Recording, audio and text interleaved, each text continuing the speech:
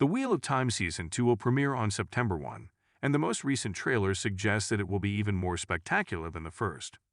Based on the 15-book series by Robert Jordan, yes, that includes the prequel.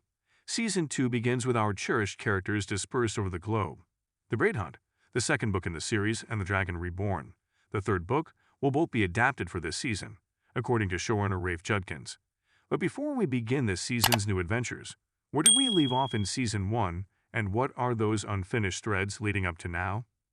There is no disputing that Rosamund Pike's portrayal of Moiraine appeals greatly to the show's viewers. The series is introduced by the heroine Moiraine, who forces our 5 protagonists to leave their homes in order to save the planet. They set out to find the Eye of the World, which they believe to be the Dark One's prison, after Rand admits to being the Dragon Reborn. Moiraine tries to wield the One power against the figure they believe to be the Dark One during their encounter, but he gets to her first, shutting off her access to the Source, preventing her from doing so. She is still in this condition after the struggle. While it is unclear from the episode if Moiraine was entirely stilled or was only veiled, she is no longer able to touch the Source and cannot use the One power. Even her warder relationship with Lan is no longer present. Lan discovers Moiraine in her dying moment, unable to reveal their connection, and she comes to the conclusion that instead of defeating the Dark One, they may have actually freed him or another person. Since this plot element does not occur in the books, it will be novel ground for the story to keep things fresh for fans, giving Moiraine a bigger role to play in this stage of the narrative. Unfortunately, the majority of the rest of our protagonists are abandoned in awful circumstances. Egwene and Nynaeve are enlisted, along with a number of other channeling women, to be the last line of defense to protect Fal Dara, when Moiraine and Rand abandon them there. Lady Amalisa commands the group of women, but she does not relinquish authority after they successfully repelled the army of Fades and Trollocs. She burns out while high on the thrill of the One power, taking almost everyone with her. In an effort to save Egwene, Nynaeve takes the majority of it and appears to burn out as well. Egwene is shown using weaves to heal her in their final moment. Given that there are no resurrections like that in the books, it may signal a new path for the series.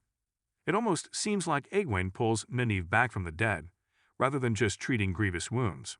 The Horn of the Lair, an artifact that may summon legendary warriors from the pattern to fight for the side of the light, is discovered by Perrin, Loial, and a few soldiers.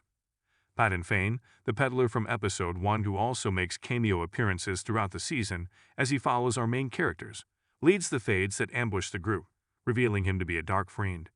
He takes the horn and makes off with it along with Mat's cursed blade, leaving Perrin to watch. Loial gets stabbed, and it's possible that the troops perish. What will happen to our friend, who is striving to follow the way of the leaf but may eventually be forced to fight? Mat, though, is a totally different story. Prior to Season 1, we are significantly less informed about what is happening to him. Mat's position is drastically reduced in the final episodes as a result of Harris departing and problems brought on by the COVID pandemic's peak. He travels with his friends down the ways to Fal Dara in the novel. He waits back as the Waygate closes in the television program, leaving him close to Tar Valon. He can be seen stumbling into the city in the final episode before the cliffhanger, appearing to be returning to the White Tower. Keep in mind that Moiraine requested the Red Sisters to locate him. For Season 2, Mat has been recast and will now be played by Donald Finn. Rand al'Thor, the Dragon Reborn himself, has left the group. He experiences what all males who can channel will experience after their horrible psychological conflict with the person they believe to be the Dark One. Madness, the false dragon Logan Oblar, who attacked the Aes Sedai and was then coddled by Liandrin, shutting him off from the One power, offered a glimpse into what might be his future earlier in the season. Rand will eventually go insane and endanger the people he cares about. He tells Moiraine to inform his friends that he passed away there before leaving her at the Eye of the World out of fear. He bears his weight on his own as he sets out into the Blight. And that's not all. Another wicked power is on its way. A little girl on the beach notices a fleet of invading ships far out on the western shore. Ranks of channelers are compelled to weave the One power into a wave by wearing golden collars and gags. The girl is helpless to flee the destruction as it barrels towards the coast. Here the program ends with its credits, leaving us hanging to see what further the invaders will do. They are the Tseentch, an imperial force seeking to regain the country of their ancestors, and they bring with them the most humane form of terror that our heroes will have to deal with. Less than a week from now, The Wheel of Time Season 2 will most likely not be stopping anytime soon. Similar to Game of Thrones, showrunner Rafe Judkins has stated that the show would have at least 8 seasons. However, this series has a clear finish, so there is no need to fear. Season 3 of The Wheel of Time has already begun filming and has already been renewed. The Wheel of Time was the most streamed series on Prime Video before The Rings of Power and smashed all previous marks. We might be in for another lengthy, costly, epic fantasy series if the current tendency continues. The Wheel of Time's first season is presently available to watch on Prime Video, and the second season will begin streaming on September 1.